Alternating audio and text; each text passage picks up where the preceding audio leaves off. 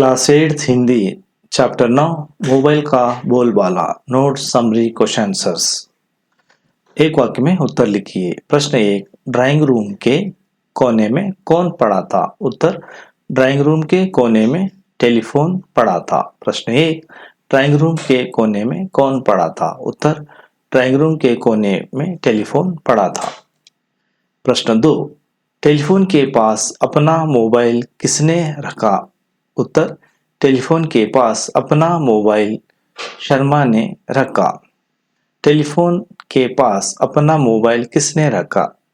उत्तर, telephone के पास अपना mobile मी शर्मा ने रखा। प्रश्न 3, सब लोग किसे अपनी छाती से लगाए घूमते हैं? उत्तर, सब लोग मोबाइल अपनी छाती से लगाए घूमते हैं। प्रश्न 3, सब लोग किसे अपनी छाती से लगाए घूमते हैं? उत्तर, सब लोग अब मोबाइल को अपनी छाती से लगाए हुए घूमते हैं। प्रश्न 4, किसके मुखड़े पर धूल जमी है? उत्तर, टेलीफोन मुखड़े पर धूल जमी है। प्रश्न 4, किसके मुखड़े पर धूल जमी है? उत्तर, टेलीफोन मुखड़े पर धूल जमी है।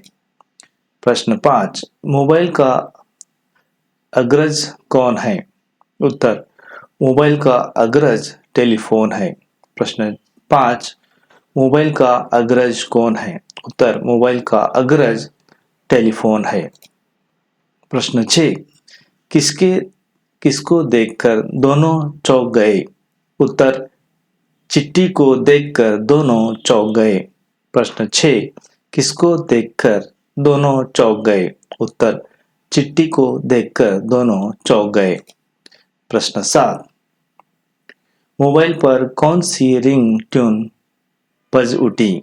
उत्तर, मोबाइल पर रिंग ट्यून बज उठी, जिंदगी इस सफर है सुहाना, यहाँ कल क्या होगा किसने जाना।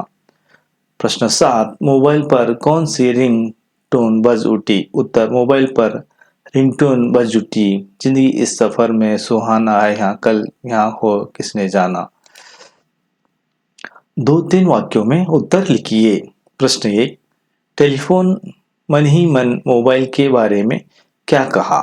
उत्तर, टेलीफोन मन ही मन मोबाइल के बारे में कहते हैं कि दिखावे में चूहे जैसा न मूंछ ना पूंछ, फिर भी इसकी इतनी पूंछ, चल दूर हट मुझसे आकर बैठ गया है मेरे पास, तेरी औकात ही क्या मेरे सामने।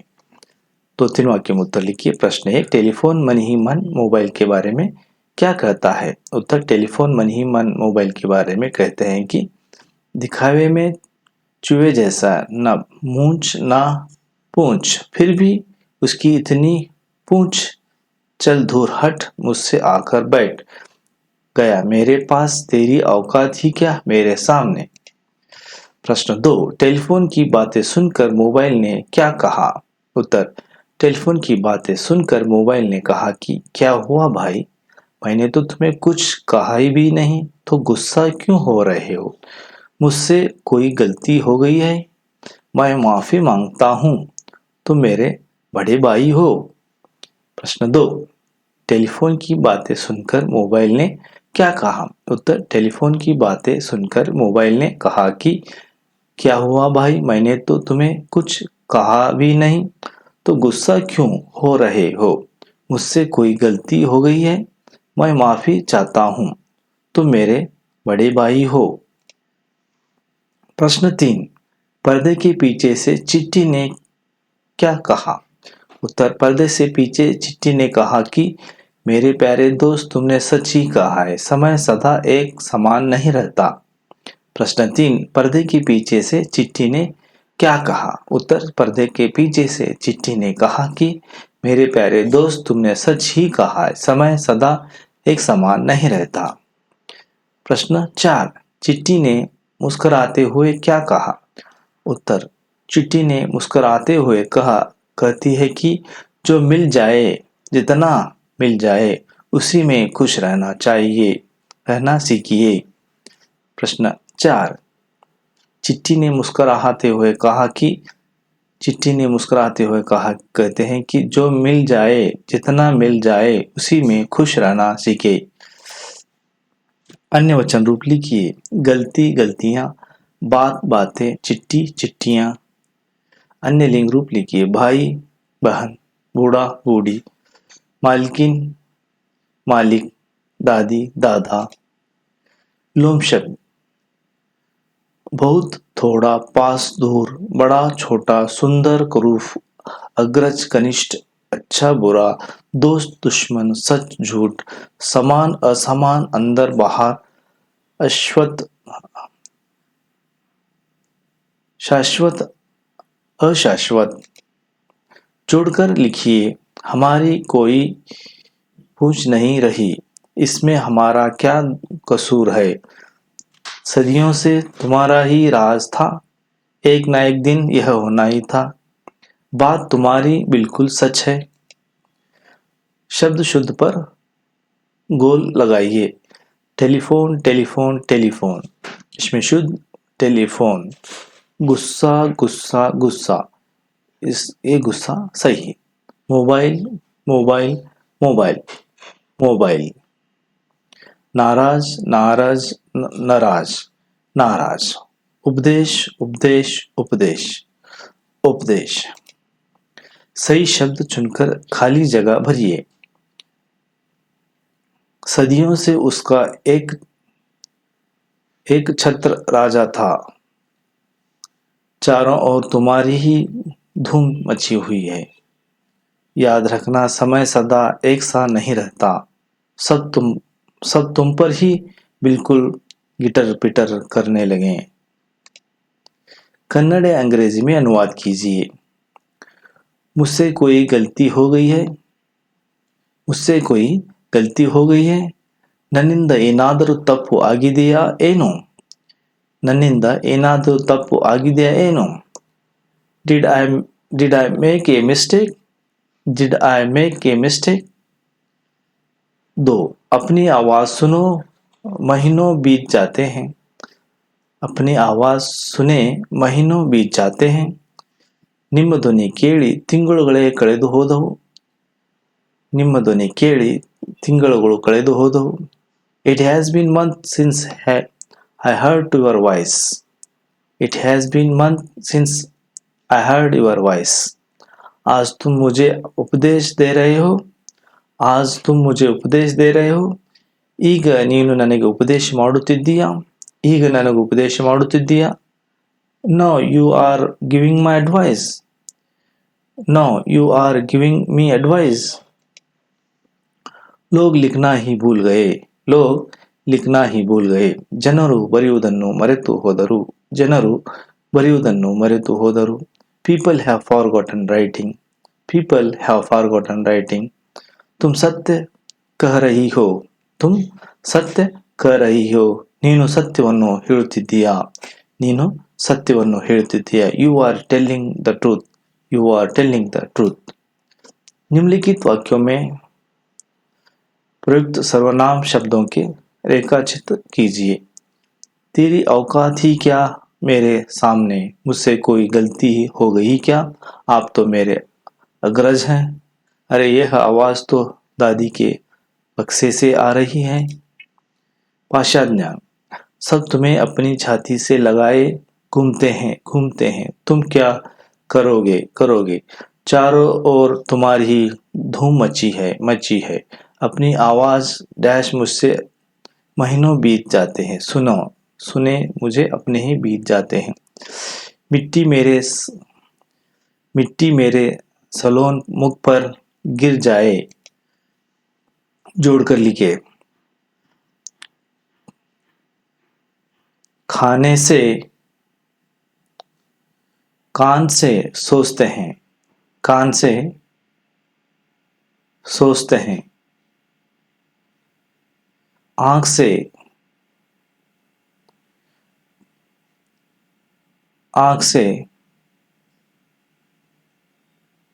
आंखों से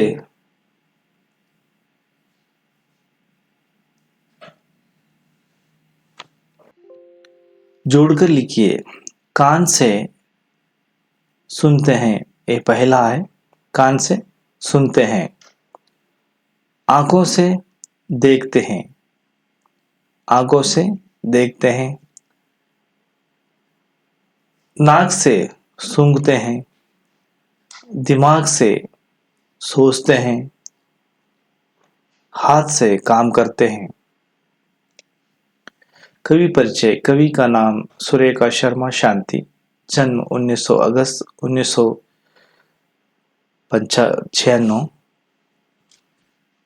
जन्मस्थल सफीदो जिंदी हरियाणा।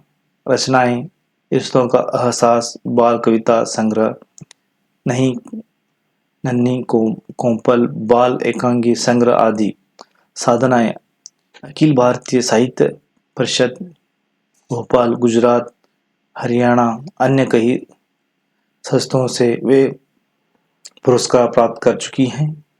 हरियाणा प्रादेशिक हिंदी साहित्य सम्मेलन प्रयोग की संयुक्त मंत्री और अखिल भारतीय साहित्य परिषद की सदस्य रही हैं। सुरेखा शर्मा शांति का जन्म अगस्त 1956 को जिद्दा हरियाणा में हुआ। वे हरियाणा के प्रादेशिक हिंदी साहित्य सम्मेलन प्रयाग की संयुक्त मंत्री और अखिल भारतीय साहित्य परिषद की सदस्य रही हैं। इनकी प्रमुख रचनाएं रिश्तों का एहसास, बाल कविता संग्रह, नन्ही कोफल, बाल एकांगी संग्रह आदि। अखिल भारतीय साहित्य परिषद, भोपाल, गुजरात, हरियाणा, अन्य कई संस्थाओं से वे पुरस्कार प्राप्त कर चुकी हैं। मोबाइल का बोलबाला, समरी इन हिंदी।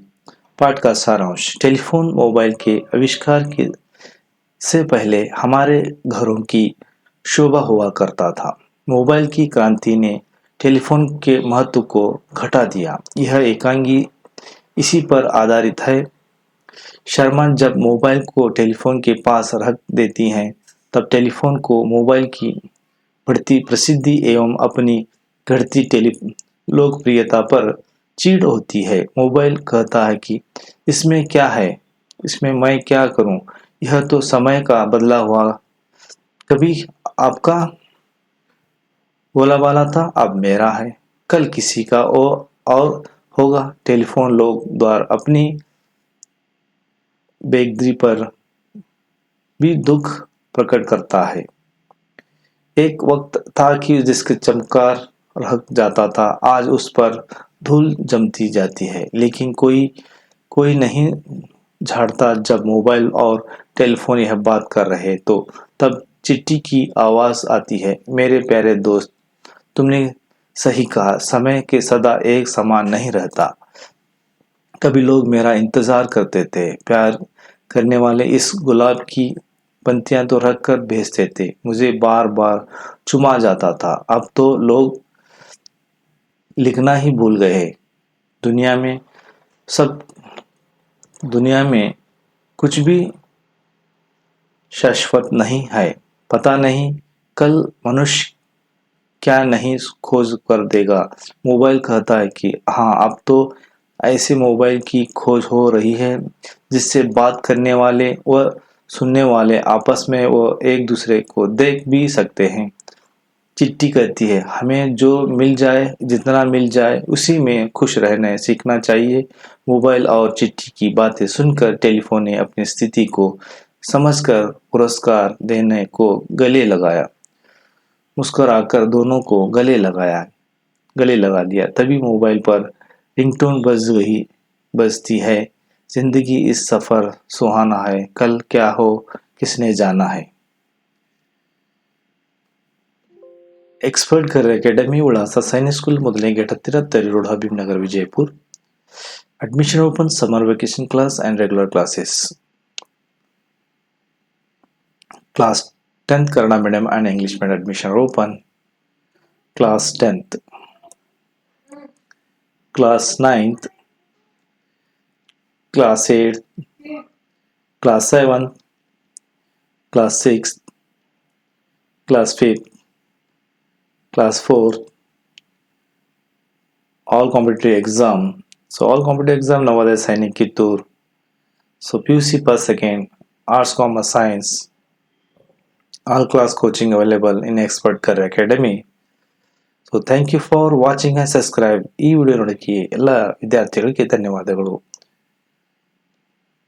ಸೊ ವಿಳಾಸ ಸೈನಿಕ್ ಸ್ಕೂಲ್ ಮೊದಲನೇ ಗೇಟ್ ಹತ್ತಿರ ತೇರೋಡ್ ಹಬೀಬ್ ನಗರ್ ವಿಜಯಪುರ. ಒಮ್ಮೆ ಭೇಟಿ ಕೊಡಿ. Expert career academy Vijayapura.